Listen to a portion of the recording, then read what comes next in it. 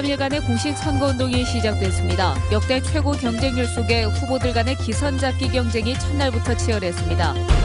호남 고속철도가 개통한 지 1년이 지났습니다. 지난 1년의 변화와 비싼 요금의 문제점을 집중 취재했습니다. 노인들을 노린 보이스피싱 조직이 활개치고 있습니다. 말이 보이스피싱이지 도둑질이나 다름없을 정도로 수법도 변했습니다. 프로축구단에 입단시켜주겠다고 속여 돈을 뜯어낸 전직 에이전트사 직원이 구속됐습니다. 여러분 안녕하십니까? 제20대 총선 공식 선거운동이 시작됐습니다. 양당 대결 구도로 치러지는 이번 총선은 유세 전 분위기부터 굉장히 뜨거웠습니다. 공식 선거운동 첫날을 김인정 기자가 돌아봤습니다. 공식 선거운동 첫날, 43명의 후보들이 일제히 표밭으로 쏟아져 나왔습니다. 역대 최고 경쟁률을 보이고 있는 광주는 합동 유세부터 양당 후보 맞불 유세까지 기선 잡기 열기로 뜨겁게 달아올랐습니다. 일당 독점 체제였던 과거와 달리 이번 총선은 야권 심장부 광주를 노리는 원내 두 야당의 치열한 대결, 선거운동도 총력전으로 치러졌습니다. 더불어민주당은 야당 적통 이미지를 다지기 위해 5.18 격전지인 옛 전남도청 앞을 택했습니다. 출정식에서는 모든 후보가 시민에게 백배를 하며 출발을 알렸습니다.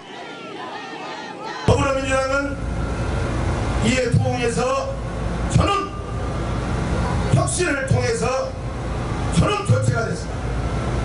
저는 초짜입니다. 이에 맞서는 국민의당은 상대 당의 핵심 인물이 출마한 선거구 한복판에서 기세를 과시했습니다. 과거 야당인 더민주에 맞서 미래의 희망을 퍼뜨린다는 의미로 희망풍선을 날리기도 했습니다. 이런 후보가 탄생되면 광주의 미래가 생기고 뉴 DJ가 탄생되는 거 아니겠습니까, 여러분?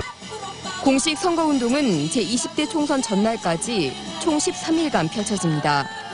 열띤 선거전을 바라보는 유권자의 마음은 여전히 냉담한 반, 고민 반으로 복잡한 가운데 이들의 마음을 잡기 위한 13일의 전투가 시작됐습니다. MBC 뉴스 김인정입니다. 4.13 총선 공식 선거운동에는 일반 유권자도 참여할 수 있습니다. 일반 유권자들은 어디서든지 후보자에 대한 지지를 말로 호소할 수 있고 선거운동 자원봉사자로 참여할 수 있으며 인터넷과 SNS, 문자 메시지 등으로도 선거운동을 할 수 있습니다. 그러나 허위 사실을 공표하거나 특정 지역, 인물, 성별을 비하하는 행위 등 이른바 네거티브 선거운동은 금지되고 자원봉사를 대가로 금품을 요구하거나 받을 수 없습니다.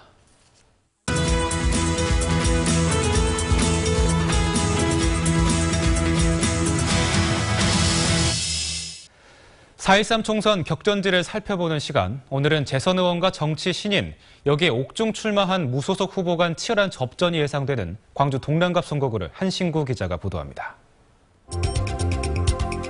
3선 도전의 성공이냐, 정치 신인의 약진이냐, 옥중 출마한 무소속의 돌풍이냐, 광주 동남갑 선거구의 최대 관심사입니다.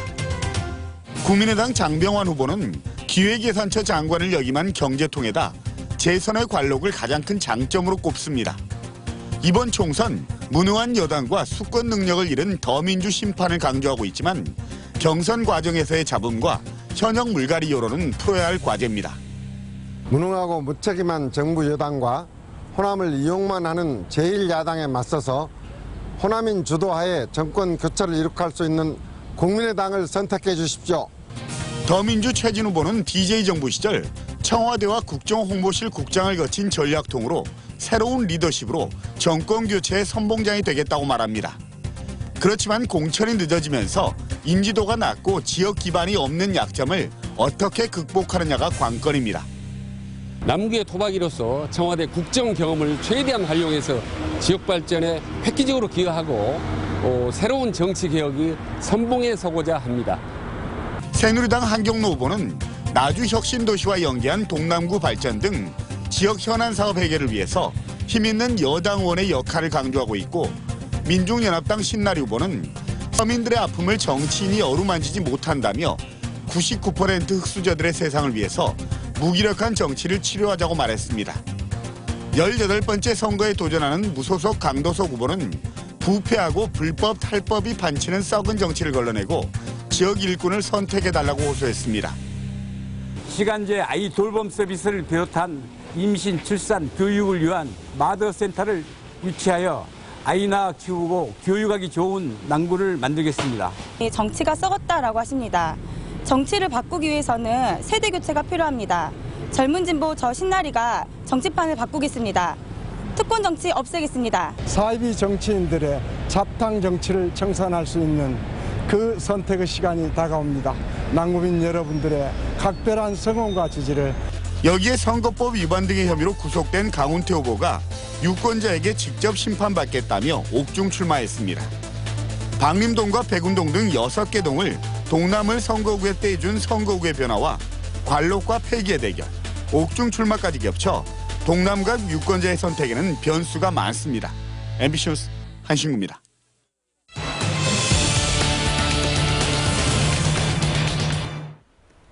호남의 고속철 시대가 열린 지 오늘로 꼭 1년이 지났습니다. 서울과 광주 사이를 1시간 반 만에 달리는 속도혁명은 1년 사이 광주와 전남에 많은 변화를 가져왔습니다. 박수인 기자입니다. 호남에 철도가 생긴 지 100년 만에 고속철 시대가 열리고 다시 1년이 지났습니다. 광주에서 서울까지 최단 1시간 33분. 그러니까 시간이 아무래도 2시간 이상 적게 걸리고 일단 기차 타면 길이 안 막히니까 좀 더 빨리 편하게 이용할 수 있으니까. 속도혁명은 1년 만에 적지 않은 변화를 가져왔습니다.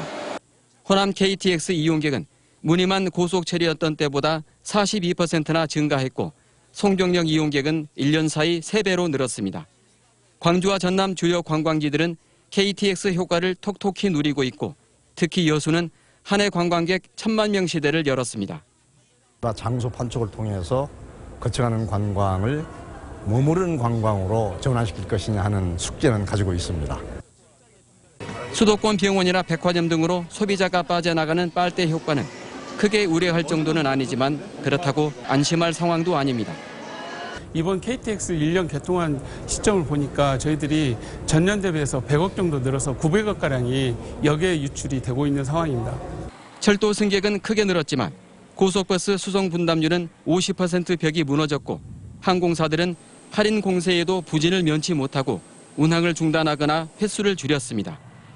KTX가 다니지 않게 된 광주역은 광주의 관문 역할을 송정역에 내주고 존폐의 기로를 마주하고 있습니다. MBC 뉴스 박수인입니다. 호남 고속철도가 개통되면서 KTX 이용률은 가파르게 상승했습니다.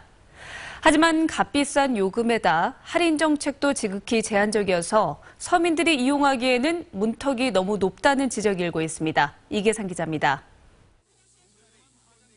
호남 고속철을 타고 광주에서 서울까지 가는 요금은 46,800원.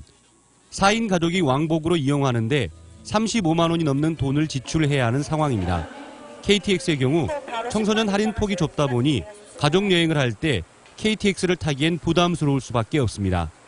빠르기는 빠른데 암만 해도 그거 너무 요금이 더 저렴했으면 한데 내가 봐서는 너무 비싼 것 같아요. KTX 개통 초기에 이용객을 늘리기 위해 도입된 할인 제도마저 슬그머니 사라져버렸습니다. 30%를 넘게 제공되던 가족석 할인 혜택은 15% 수준으로 축소됐고 이른 아침이나 늦은 밤이 아니면 이마저도 할인을 받기가 쉽지 않은 상황입니다.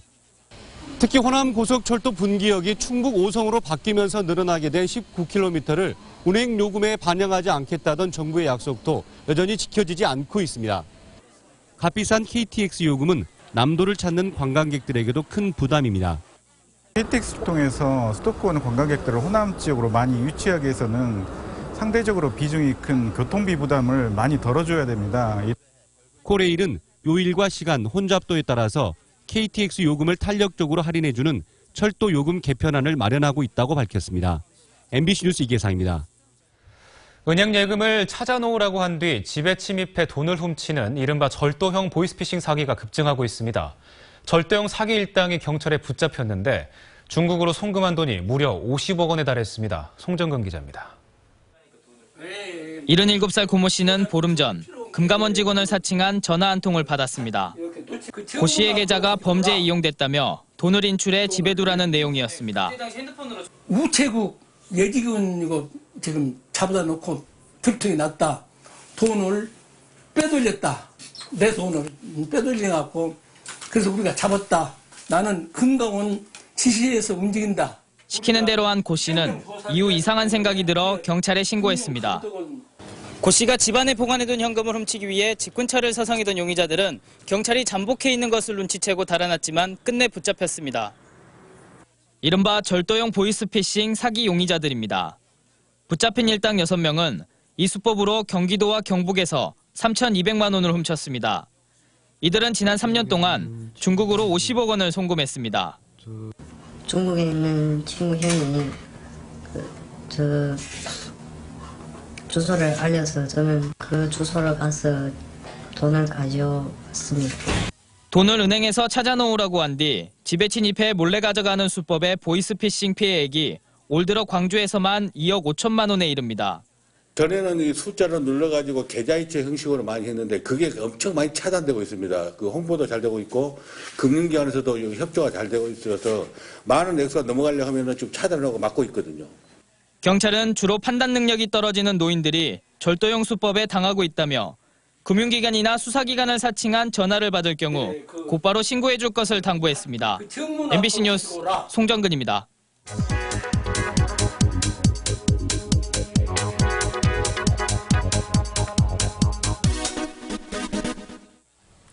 1년에 한 번 그럴듯한 거짓말로 남을 속이거나 헛걸음시키는 날, 만우절. 이날을 위해 세워놓은 계획이 있으신가요?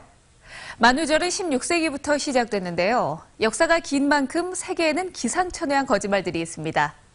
대표적으로요, 유명한 햄버거 가게에서 왼손잡이를 위한 햄버거를 출시했다. 이상기온으로 나무에 스파게티면이 열렸다 등이 있었습니다. 재미있죠? 거짓말에도 용서되는 특별한 날이지만 절대 하면 안 되는 거짓말도 있습니다. 바로 공공기관에 장난 전화하기. 지난해 광주지방경찰청에 접수된 허위 신고는 76건. 경찰이 강력 대응에 나서고 있어 해마다 처벌률이 높아지고 있지만 허위 신고는 계속되고 있습니다. 지난해 활발하게 홍보한 덕에 만우절에 접수된 허위 전화는 한 건도 없었습니다. 하지만 이런 허위 전화는 평소에도 안 하는 게 좋겠지요. 카드뉴스였습니다. 프로축구단에 넣어주겠다며 억대 돈을 뜯어낸 에이전트사 전직 직원이 구속됐습니다. 축구선수 되기가 어려운 현실에서 자녀의 꿈은 이뤄주고 싶은 부모들의 약한 마음을 노렸습니다. 권담기 기자입니다. 국내 유력 축구 에이전트 회사에서 근무하던 46살 정모 씨는 축구 선수를 꿈꾸는 자녀를 둔 부모들에게 접근했습니다. 돈을 주면 프로축구팀에 입단하거나 특기생으로 대학에 가게 해주겠다며 부모 3명에게 모두 1억 원 상당을 가로챘습니다. 최선을 다해서 노력을 했는데 그거를 예를 들어 돈을 가지고 뭘 하려고 했다기보다는 정 씨는 이전에도 비슷한 수법으로 경찰에 입건되기도 했는데 피해자들에겐 해외 진출 이야기까지 꺼내며 믿음을 줬습니다. 고3 축구선수 학부모들의 절박한 심정과 범행이 탄로 나더라도 쉽게 신고하지 못할 것이라는 점을 악용하여 정 씨에게 부모들을 소개시켜준 현직 축구클럽 감독은 돈을 주고 프로축구단에 입단하는 사례를 들었다고 털어놓습니다. 실제로 경찰은 정 씨가 서울 강남에 있는 유흥주점에서 프로축구 관계자 등과 수천만 원어치의 술을 마신 것으로 보고 추가 조사를 벌이고 있습니다. 4천 정도 하면은 2,500달러 갖다가 이제 연봉으로 측정을 하고 그런 식으로 관행이라고는 저도 들었었거든요. 경찰은 이러한 비리가 축구계에서 관행적으로 이뤄져 온 것으로 보고 수사를 확대할 계획입니다. MBC 뉴스 권남기입니다. 광주 지역 사립학교 채용 비리에 대해 전국 교직원 노동조합이 검찰의 수사를 촉구했습니다. 전교조 광주지부는 사학 채용 비리 혐의로 시의회 의장과 현직 교사 등이 입건된 것과 관련해 검찰이 엄중히 수사해야 한다고 주장했습니다. 이들은 또 사립학교는 교사 채용 절차를 교육청에 위탁하고 의회는 사립중등교원 임용시험 위탁 권장과 채용정보고시에 관한 조례를 제정하라고 요구했습니다. 봄 기운이 완연해진 가운데 지역사회도 훈훈한 봄바람이 불고 있습니다. 보기도 좋고 취지도 좋은 봄꽃 축제와 미술 전시회를 이미지 뉴스 리포터가 전해드립니다. 회색 길가 옆 알록달록 꽃들이 봄을 알립니다. 꽃과 마주한 시민들의 얼굴에도 환한 봄이 왔습니다. 봄 향기를 느낄 수 있어서 너무 좋아요. 날씨도 좋고 아이들도 기분이 좋은 것 같아요. 아름다운 풍경 뒤에는 주민들의 정성이 깃들어 있습니다. 축제에 필요한 꽃을 사지 않고 주민들이 직접 재배한 건데요. 덕분에 일자리도 만들고 예산도 절반 이상 줄였습니다. 공공근로 인력하고 일자리 창출 인력이 있습니다. 한 20여 분이 있는데요. 그분들이 직접 정성스레 가꾸어서 꽃을 가꾸고 있습니다. 도심에서 시작된 미술 전시회에도 이웃을 배려하는 따뜻함이 배어 있습니다. 대학생으로 구성된 사회적 기업 늘차는 예비 작가들의 졸업 작품과 신인 작가들의 그림을 모아 전시회를 열었습니다. 작품 판매 수익금은 신인 작가들과 예비 작가, 미래 예술 꿈나무들의 창작 지원에 사용됩니다. 제 작품에 의해서 기부가 된다고 했었거든요. 그거에 대해서는 엄청 뜻이 깊다고 생각을 해요. 여기서 나오는 수익금을 통해 저소득층 어린이들의 위한 아트 클래스를 열어서 다양한 미술 활동을 장려할 계획이고요. 따뜻해진 기온 따라 몸과 마음도 너그러워지는 봄. 지역사회에 부는 봄바람이 훈훈함을 더하고 있습니다. MBC 뉴스 이미지입니다. 광주 MBC 시청자위원회는 20대 총선을 맞아 유권자들을 먼저 위하라고 주문했습니다.